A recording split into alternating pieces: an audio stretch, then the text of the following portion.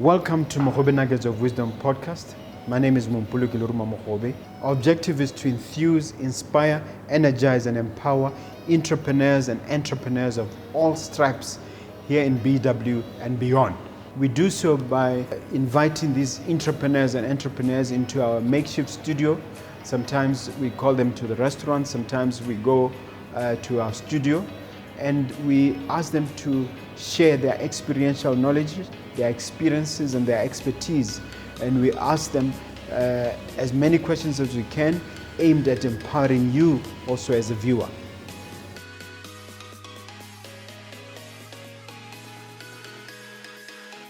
Yes. Hello dear viewer, dear listener, my name is Mompoloki Lerumo Mogobe. I welcome you to yet another vibrant, exciting, and a little different episode of Mogobe Nuggets of Wisdom podcast. I've invited to the studio Miss Paula Otukile.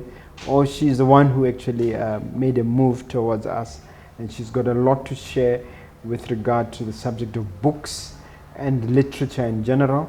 But as always, I'd really like my guests to introduce themselves. Would you tell the viewer who you are and a little bit of a background? Okay, my name is Paula Otukile. I'm from Mahalape. Paula, I grew up being called Mpi from Umpili. So may her soul rest in peace. She just passed away last year. Oh, I'm sorry. And my grandmother, I'm just a typical girl who came to know the city of Veronica, Kaskolo University, and then Where exactly did you go to school? I went to school go Shanghai, and then go Angola. Angola. Okay. So how many languages do you speak? Already that's coming to my mind. More than 5. What languages are those? I can't say I'm fluent in Mandarin, because when you talk about fluency, I have to be eloquent in speech, but I understand Mandarin and I can write a bit of Mandarin. I didn't go far with Mandarin. But I speak Portuguese and I write Portuguese as I write English. And I just translated a book of Spanish, La Verdad del Hombre, for Joan Guterres. And I also have done a Swahili book, my children's story, which is called Tato Wishes to be a Butterfly. It's in 5 languages. It's in Setswana, Portuguese, Spanish, English. Yeah. And tell me, what is your degree in? What is the Bachelor of Arts in Humanities? Okay, from yes. UB. Yes. Okay. And then after I did Bachelor of Arts in Humanities, I went through Kumfuas Institute in UB. I'm one of the people who always knew I'm a polyglot, as in I have that passion to speak many languages.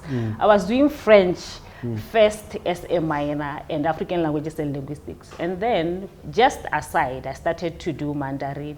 From Mandarin, I saw a need for Portuguese because I fell in love with a Portuguese guy and I started to do Portuguese also. But Spanish, I didn't learn Spanish in school. It's like Sakatla Lesongwakits or Sengwato Sakata Lesongwakits. So interlinking with the European community. Meaning they are related languages. They are related languages. But you need to learn. There's more apps nowadays like Busu and other apps that I used to learn these other languages. For example, I have a friend who's Italian, but I've never learned Italian in school. We can converse, we can talk, but somebody can just ask, how do you know these languages? It's just like Ole Mongwato and then Motomongwe Ile Mokata. How do you learn Sakata? We're going to talk about thank you for that introduction. We're going to talk about how to make a living out of books in Africa. I was astounded reading your bio to learn that you've written 20 books, or you've co-authored and written 20 books. Precisely. Tell us about the period of time you wrote these books, first of all, and then after that, I really want to know what triggered your interest in books. Okay. I'm one of the people who, after finishing my school, I went into another schooling, but I never had a very tangible job, and I came up with ways of, I want to be an independent. I was always that girl who want her money, not his money. So as for the books, I was always a writer. I'm somebody, when I'm sitting with Mr. Lerumo Mogobe, already a manuscript is rolling. Every record, I'm a sponge. Everything I see, I talk. When I grew up, they used to be say I'm RB2, I'm RB1, because I talk a lot. I record every event. I hardly forget. So I saw, because I'm eloquent in speech and writing. For example, I wrote some essay for Dr. Strive Messiah. A lot of people across Africa were writing, and I became one of the best, and he invited me to host him here. Unfortunately, I couldn't. I was not in the country, so I couldn't come and host. Strive Messiah of Mascom. Of Mascom, yes. I couldn't host him. Then that thing of him being maybe a millionaire or something, realizing that I'm good. I think you misstated. It's a billionaire. A billionaire, yes.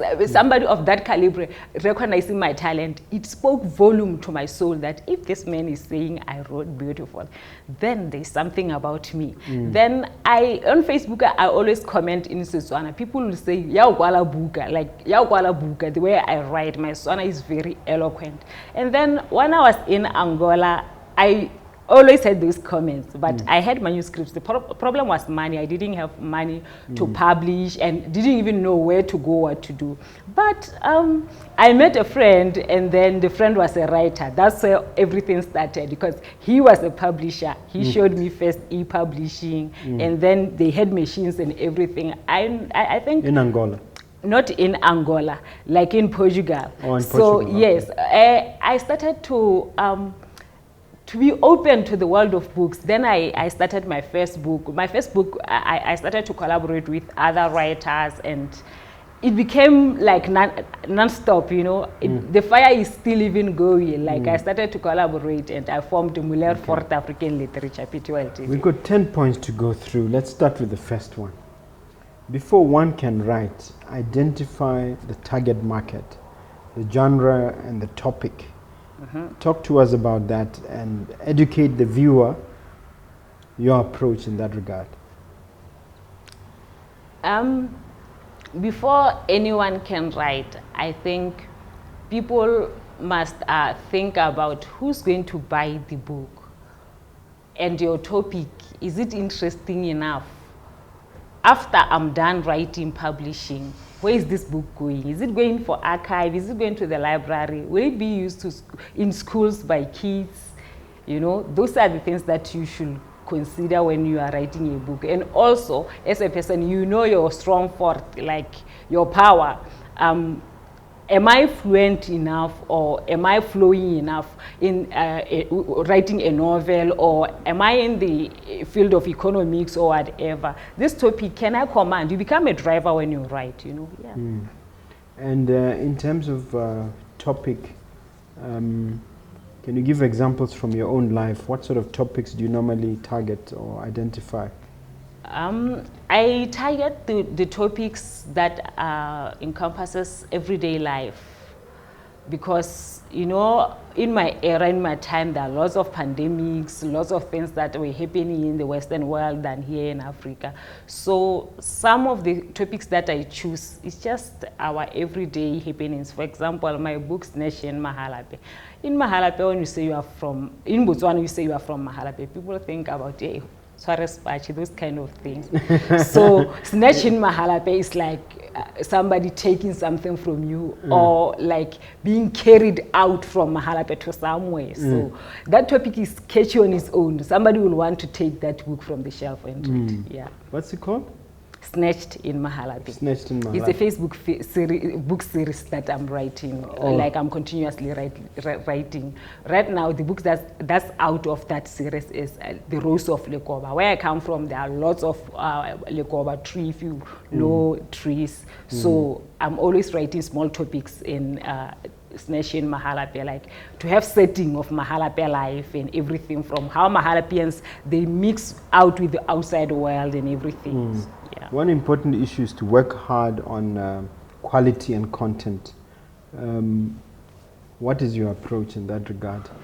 Oh yeah, if your book doesn't have much quality, who will buy it anyway? For starters, even the bookstores, they will reject you from like just taking maybe 10 books or five of your books just to sell. Because for you to say I'm a writer, if your book is not in a bookstore, then you're just a writer. You'll be selling one by one, and selling one by one, it can't take you anywhere. You have to know, I'm writing books, what will books do for me in future?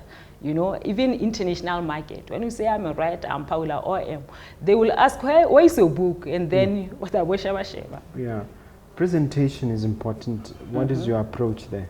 Presentation is much important as like the quality.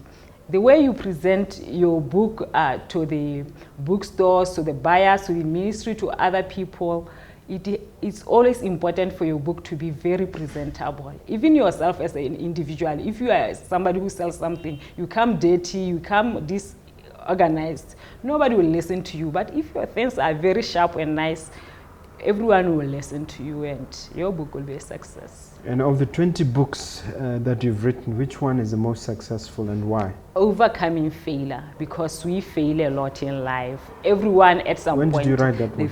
That one is last year.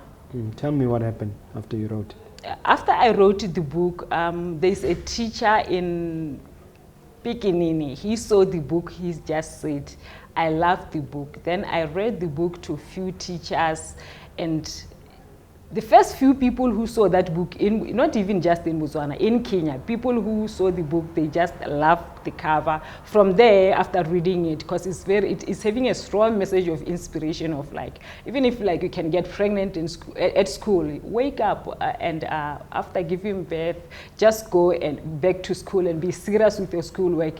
You can still make it. It's having different topics such as bullying, xenophobia. Like yesterday, a girl was killed herself because of bullying. If we can, where is that? In South Africa. Oh, okay. So if we expose such topics to young kids, that kind of a book is being exposed to young kids, youth, and everyone. There are some people who got lots of depression. It's having some topics, small topics inside like depression, people learning more about depression, how you can handle it. And also I'm a failure myself, because when we finished our degree, I was one of the best students, you know. And then along the way when I was doing third year, mind you, I was from the village. You know, when you get you are from the village and you come to the city, if you are not composed, you are from a grandmother's upbringing. Here you stand on your own. The world outside there is very rough. I mixed with lots of groups. I can't blame people and say, okay, I didn't graduate the initial time when I was supposed to graduate because of so and so. But my lack of intactness when we are supposed to be learning and everything. From a student who at a first year, who Professor Lubinda will say, go stay maybe a week at the room because you already know this and stuff. By the time we were doing year 4 hours, one of the students who already knew how to walk with a stiletto felt herself, thought that, okay, I'm somebody. Walk with a stiletto? Stiletto, the high heel shoe. I thought that, okay, now I'm the it person because I already have recognition and everything. I'm one of the people who, like, at the last moment, I didn't have to be seen in a gown. And there's a lot of people who knew I was beating them in the class and everything. They were like, what happened? You know, just one course sometimes can cause you not to graduate. And other people will be like, what happened? And it will be a massive shame for you to have failed, especially if you are an A student. There are people who are just straight A students. And if you fail and then you hide yourself, you don't know what to do. If the hiding will hide you, you will love you. But if you rise up, you wake up and you go and repeat and look at your problems and, okay, I did here wrong, let me make this right. My God, you will never know what will happen. That is highly inspirational. You talk of selling books in markets like Angola and Kenya. How did you penetrate these markets, and how are your books doing in those markets? Well, I think some things I shouldn't say it's me. Maybe it's the grace of God. maybe I don't know whether it's I still don't know whether it's the presentation or the way I hold myself or what. What happened is last year I formed a company. It's called Muller Forte African Literature. What? Muller Forte. Muller Forte. Muller Forte. Muller is a Portuguese word meaning woman. Muller Forte is strong, which means strong woman. Muller Forte is a company that talks about, it encompasses consulting on books and literature awards. It's just everything to do with books. So for me in that company, I saw a need when I wrote my Facebook that Africans, they write, but where do they sell books?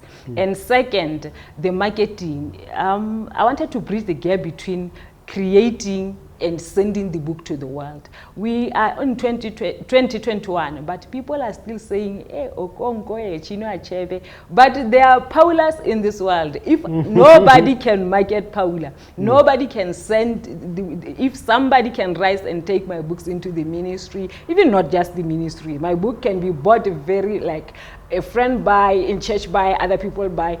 The book became a success. I became a powerhouse. Yeah, but talk about those markets. How did you penetrate? I penetrated the market through Muller Forte African Literature. When the young people started coming to me wanting to enter Muller Forte African Literature Awards, that's how I became very well known, because people started to I started to discover lots of people who are very talented. That's how I penetrated the market. In Kenya and not just Kenya, all over Africa, Kingdom, Eswatini, Lesotho, Zimbabwe, Zambia, like almost 25 African countries. Okay. You know, yeah.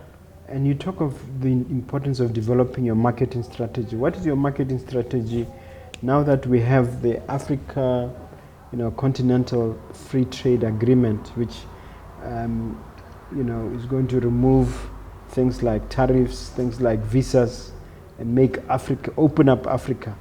What is your advice and what is your approach to developing a marketing strategy throughout Africa?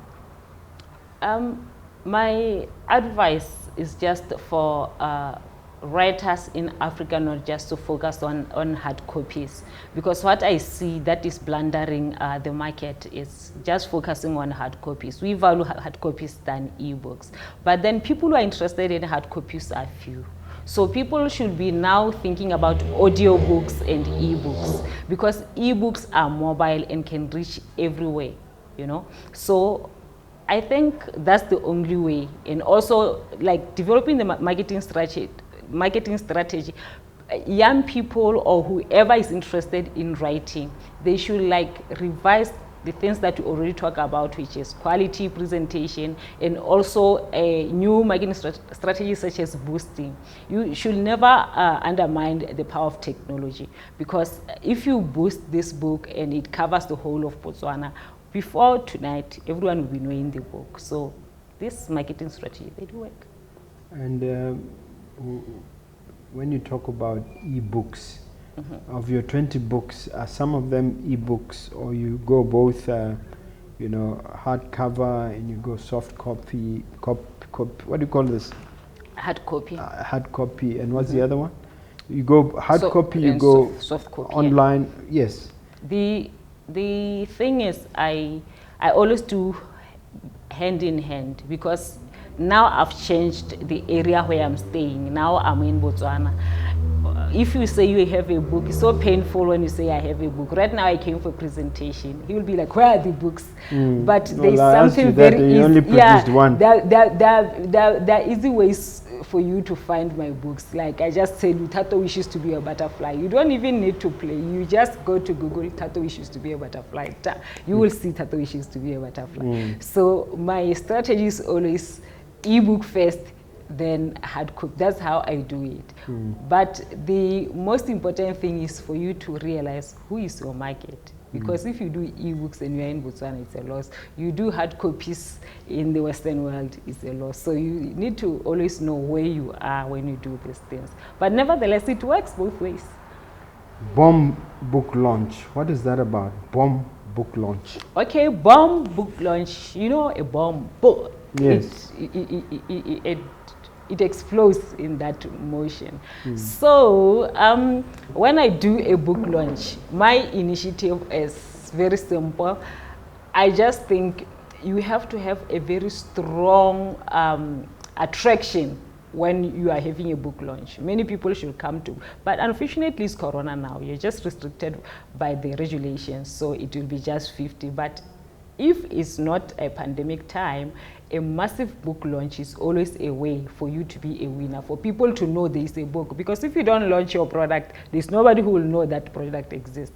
You know, so the bomb book launch it is just the approach that I was trying to use of city to city, whereby I will be launching in Francistown, because we are devising plans of penetrating the market when there is a pandemic. In Francistown, 50 books, in 50 books to be sold, 50 books each genre, not just 50 books from here, 50 books from all maybe the 20 books that I already having now. So doing that, I think it is a way of making the books profitable, because to sell one by one is hard. It's like marketing maybe beauty things. Hey, I'm selling this. People at the end, they avoid you. They don't like to be approached. Yeah.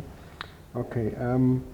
In terms of your books now, which one is trending? Which one is like the current one? My book that's trending is Overcoming Failure. Even right now, when I say... Even now? Yeah, even when I say I'm going to Gaborone, people will be like, don't forget, like, they will be talking as if Overcoming Failure is in Gaborone. Don't forget to bring, wherever I go, don't forget to bring Overcoming Failure. People love Overcoming Failure so much. But I've got an upcoming book, Love and Mental Issues. It's Love and Mental Issues? Yes, with Lucky Lumbankera from Tanzania. That book, we are talking about how love affects the mental health in form of poetry.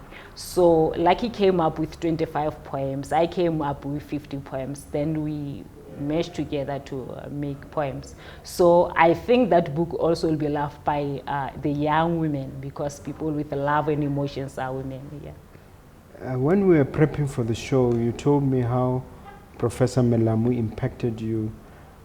People talk of mentorship, and people talk of, you know, being influenced by people who've succeeded so that you can walk their path. Can you talk a bit more about Professor Melamu and how he mentored you?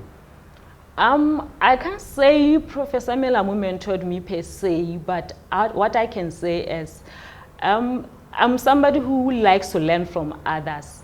I had lots of inspiration from Professor Melamu, because from the rural village to hear somebody speak with such an accent, it was something to me. It did like speak volumes to me, because he also, the way he put effort into making us concentrate in class and us being punctual and loving literature. Because before, I didn't think one day I would even write books. I think it was inspired more by his class and the books that we read, Macbeth and others. The way he will be reading, you will start even to enjoy and even to think about the background and everything, the setting and the plot. I think he did a great job. It's not just him. There was, when I was in UB, there was also a lecture called Professor Euphrates Kezelhabi, may his soul rest in peace. Professor Kezelhabi. He was teaching African languages and linguistics. Oh my God, he told me, he's the one who told me I can be a poet. I didn't know that, because I have this thing of talking fast and kind of rhyming, you know. So he was like, why don't you try live poetry? I did try at O'Hagan's back in the days, and that's where all things started, I think, for poetry. And out there in it's called Lingalonga. Yeah, it's called Lingalonga now, but way back it was called O'Hagan's. So you used to go there and do live poetry? And do live. I even have pictures, old pictures of me before here, because they are beautiful memories for myself. Yeah. Okay. Now, interlink your book to one or two social issues: finance, gender-based violence, love, and culture. Bring that message home.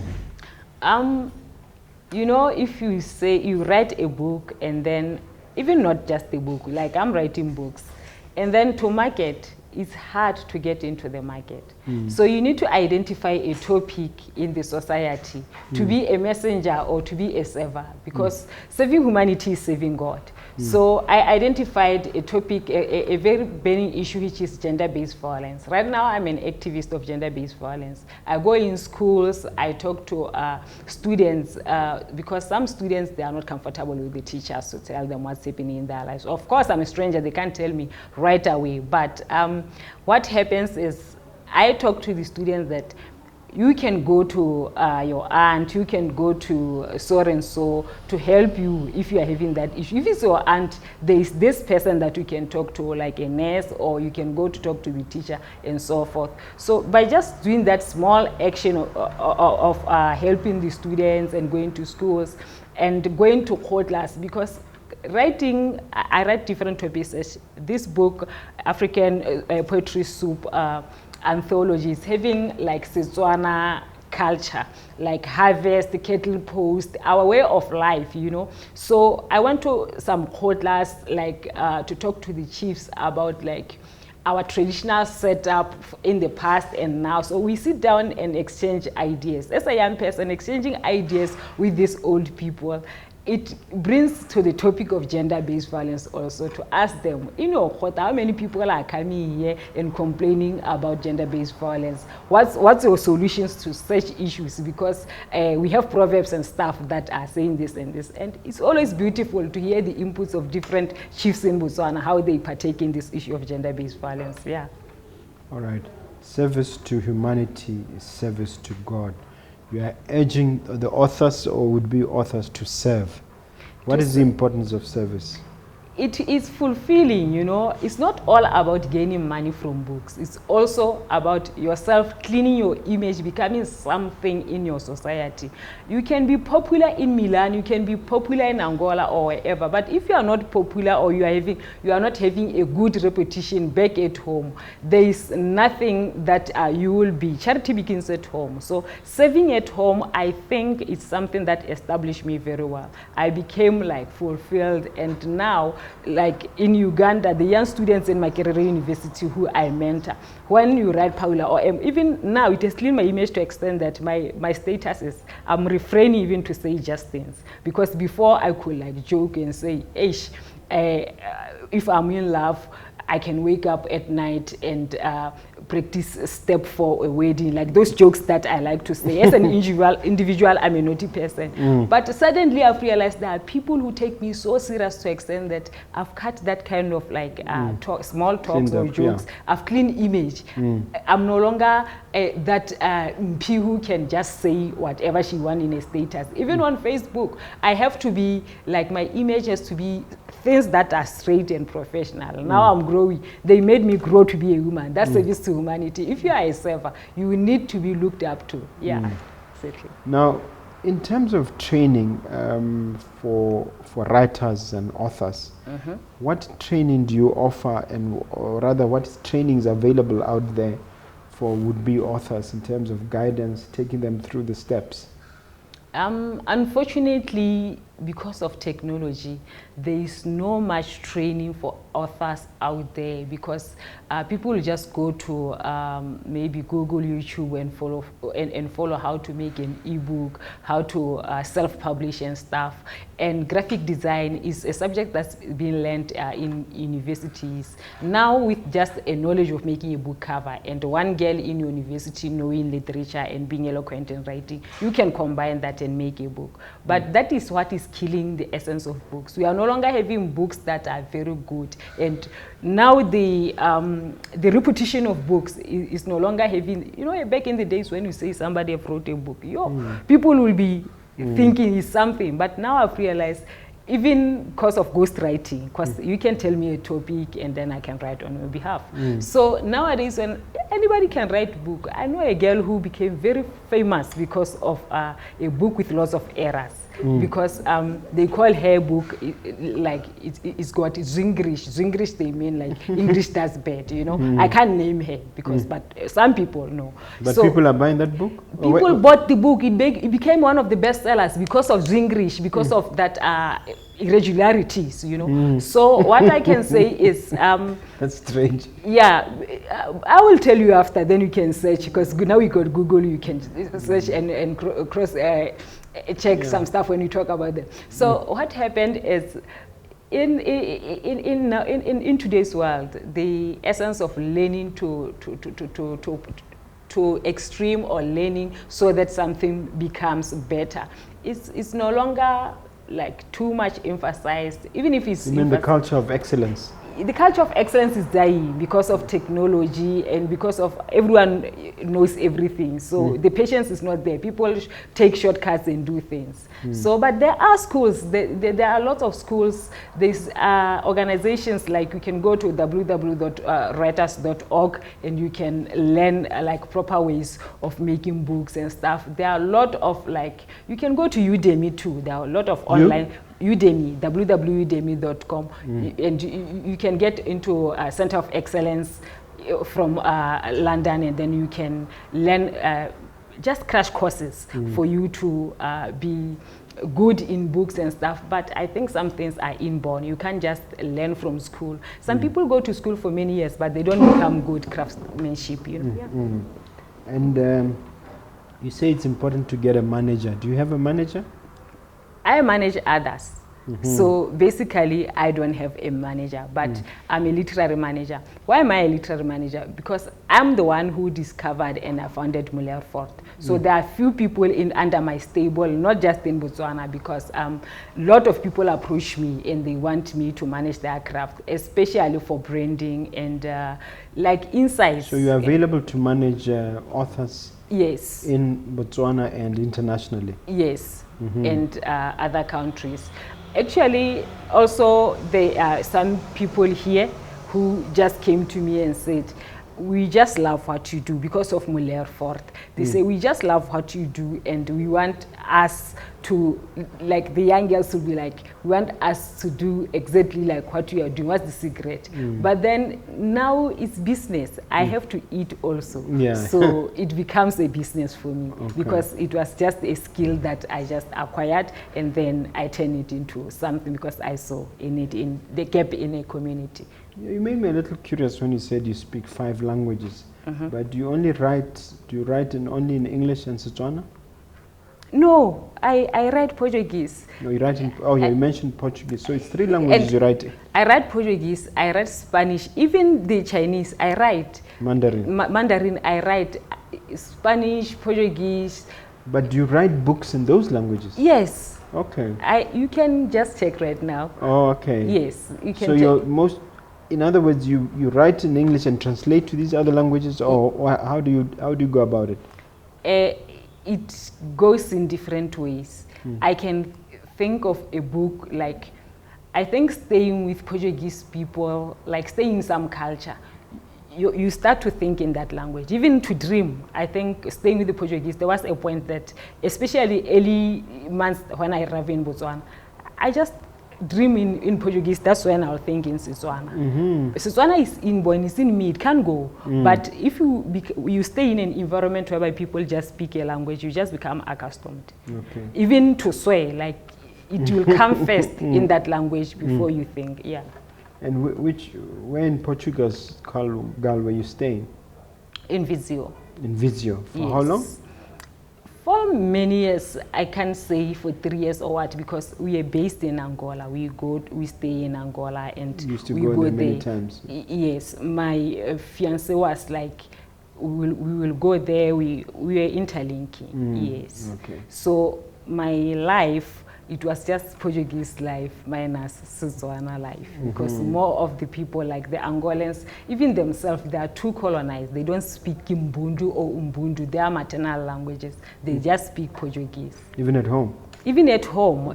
There's some places like Malanje. I went to do some translations in a place called Malanje. That's where I found a woman like in the outskirts, like in one farm where they were producing milk. One Israelite contracted me to come and help him with English translation.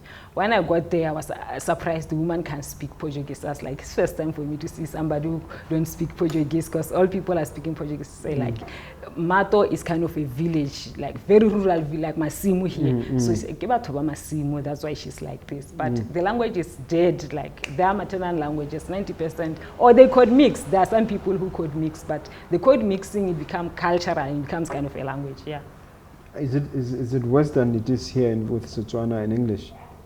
No, those people are colonized by Portuguese. It's just Portuguese. Even the way of life. As we have Setswana, whereby I'm at Mahalape or you are at Kanye, you'll be speaking Sengwakitsi and we can hear, even if you enter by just Kanye, the language, it changes. I mean, Kanye, you can feel it in your blood. But them, there's nothing like that. They just speak Portuguese throughout. From the border, if you are just getting inside the airport, você fala, it speak, die, you just fala to the tempo. What does that mean? Speak all the time. I understand. Yeah. Okay, research, review. What is the importance of research and review? Research is important, especially when you are a writer, because you don't have to bring fallacy or inadequate information. Even if it's a novel? Even if it's a novel, because if you want to write a topic on a particular topic, for example, let's take my book, Beyond Zambezi.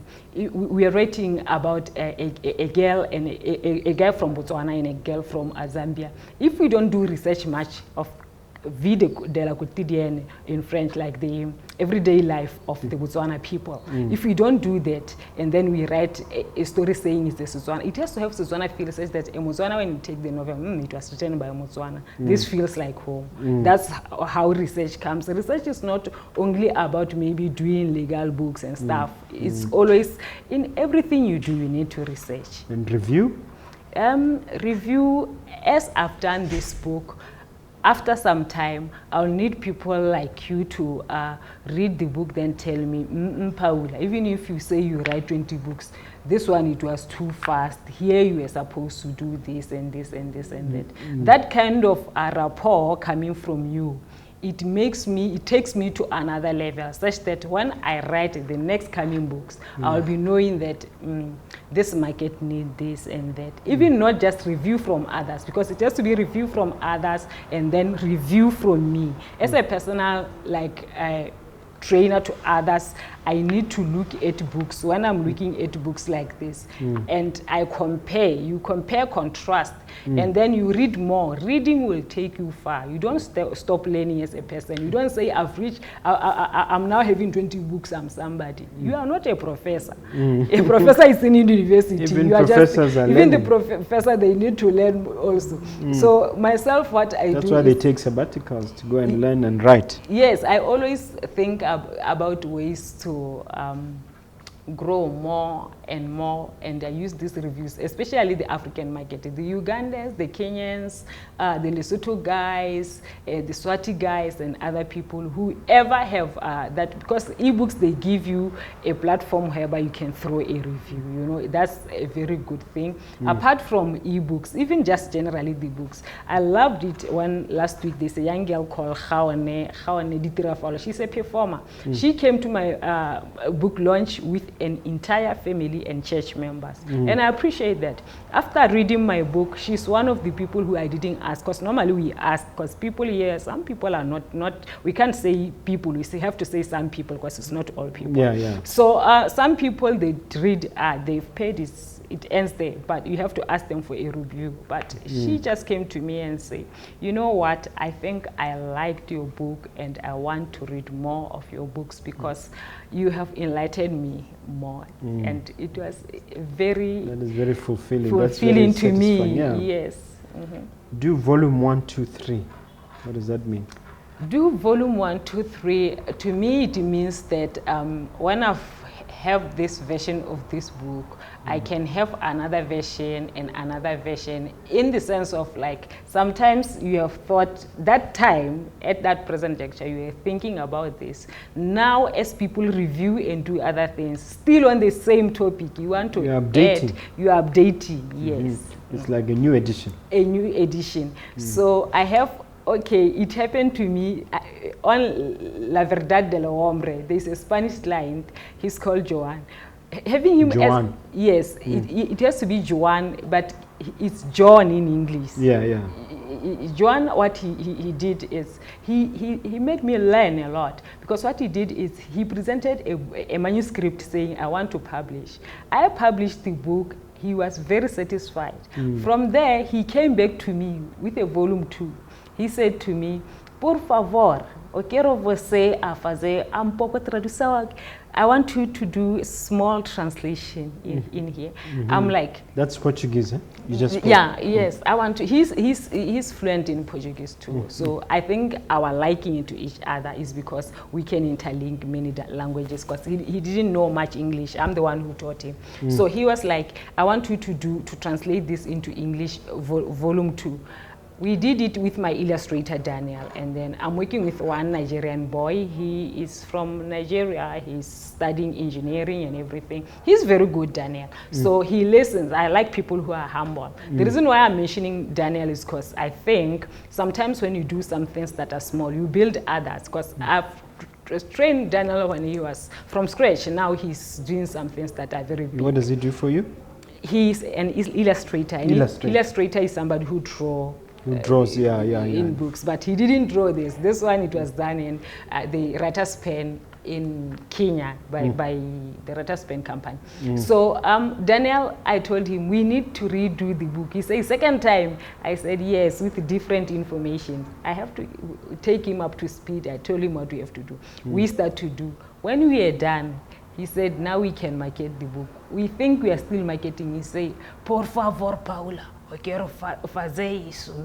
You want to do again? Yeah. I said, oh my God. I just checked the information. Nothing is matching. Is that information from that point to another point. Then I realized that even me, I can do the same in other topics. Like I have a book called It is translated into English because I love him, for gender-based violence. Because people are dying. First in Setswana and then in English. In English, yeah. Why did you find yourself motivated to write that one on gender-based violence? I was motivated by the issues of, I have a friend who died because of a boyfriend.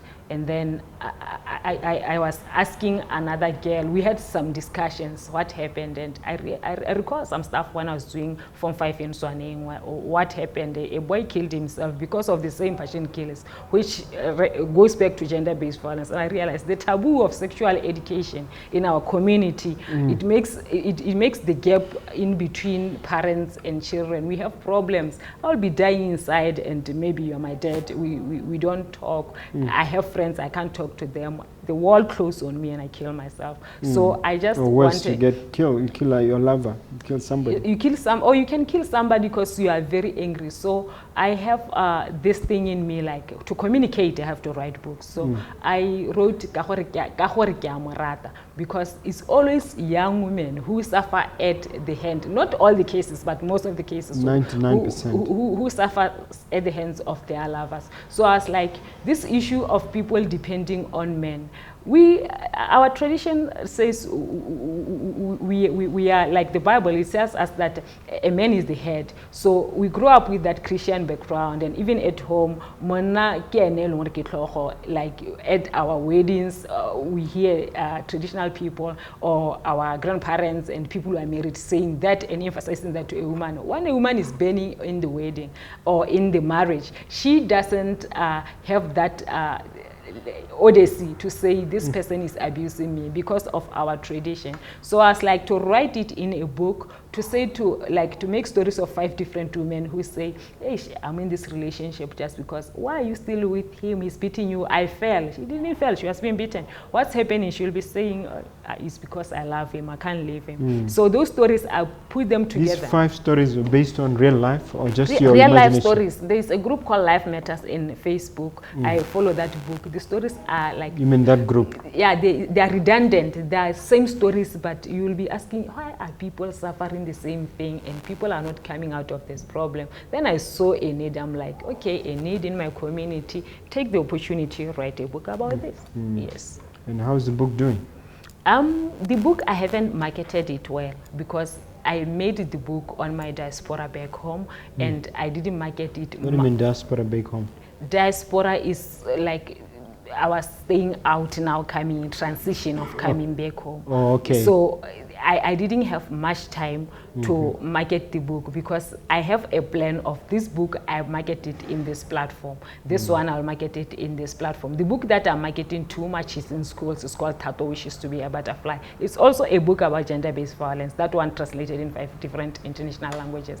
That book is about a small girl who stays with the mother and the father and the gardener. The gardener sexually abused the kids. They trust the gardener, and then the gardener sexually abused the kid. And then the mother also is being beaten by the father. It's quite normal for her because he is the provider. So that book also is to talk to people, like, even if somebody is providing for you, it doesn't mean like you have to sit in abuse. Get out when it is still time. Do you think GBV is the main influencer of your books, or a majority of your books? Not majority of my book, just 2 books. Oh, just 2, okay. Just 2. Because my topics, they range from many topics like xenophobia, abortion, topics that are not being talked. Even also of like lesbianism and gay behavior that we are seeing trending. Those are tough ones.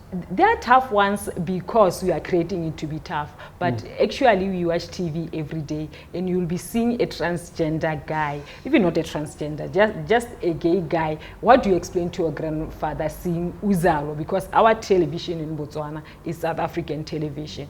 Sitting with your grandfather or your aunts and seeing a guy who's acting in a feminine way. You know, these things, if we can talk about them, emancipate our people. These are the topics that makes our society to be in comfort, to reduce this killing, hate crimes, like people who hate is because of lack of knowledge. Yes. As we come to the end, I need to touch just one last subject, the importance of building a brand and then linking it to the international community. How are you going about that? Building a brand, I came up with a concept, Muller Fort. Muller Fort, it means a strong woman. From the things that I suffered from way back until now, it made me a person I am. The name Paula is not just a Paula. I could have said Mpi and branded Mpi to become big from Umpi, but I chose to be Paula. Why Paula? Paula, it means... You gave it to yourself? No, it's my auntie Lapo. Oh, okay. Yes. You just Paula, focused on it for marketing purposes. For marketing purposes. Yeah. I'm like, Paula means impossible, breaking the boundaries. In what language? You know? Paula, it's in many different languages, because this language, the Latin, I call them Latin, Portuguese, Spanish. The Latin languages, they just always a brother and sister. So Paula means? It's impossible. Yeah, so it became a brand on its own, on Muller Forte, because I was like to tell the world, like, as a strong woman building this brand, I'm calling on to all writers where they can have a refuge to solve their writers' problem, because writing is a skill that's big, but we archive history because we have folklore collaboration with a Tanzanian, a Zimbabwean, and a Lesotho guy. But this Mainani stuff, they're being replaced by a phone. In the evening, nobody listens to Mainani. But as we archive our culture, put it in books, our children's in time to come, even generations to come, they will find these books, they will read. We'll be dead. Even Mainani will be in there. The Mainani will be there. So in a way, branding my company, Muller Fort, it's a call to other African writers to exchange better methods that are upcoming, like mobile libraries that are upcoming, so that we can archive our work. Moreover, literature awards. The literature award, African literature awards that we are doing, is to give them recognition, not to give them money, to give them recognition that you are best in Africa. If somebody says you are best in Africa, you become proud, you will be working tall. Yeah, it's to give people something to look up to. Yeah. You're from UB, and you originally, I mean, that's where you got your education. The previous guest on this show, my friend Barulong Seboni. He was my teacher. Spoke very eloquently about the business of writing. I don't know whether you watched those nuggets with him. No, I didn't. We should take time out to listen to what he has to say.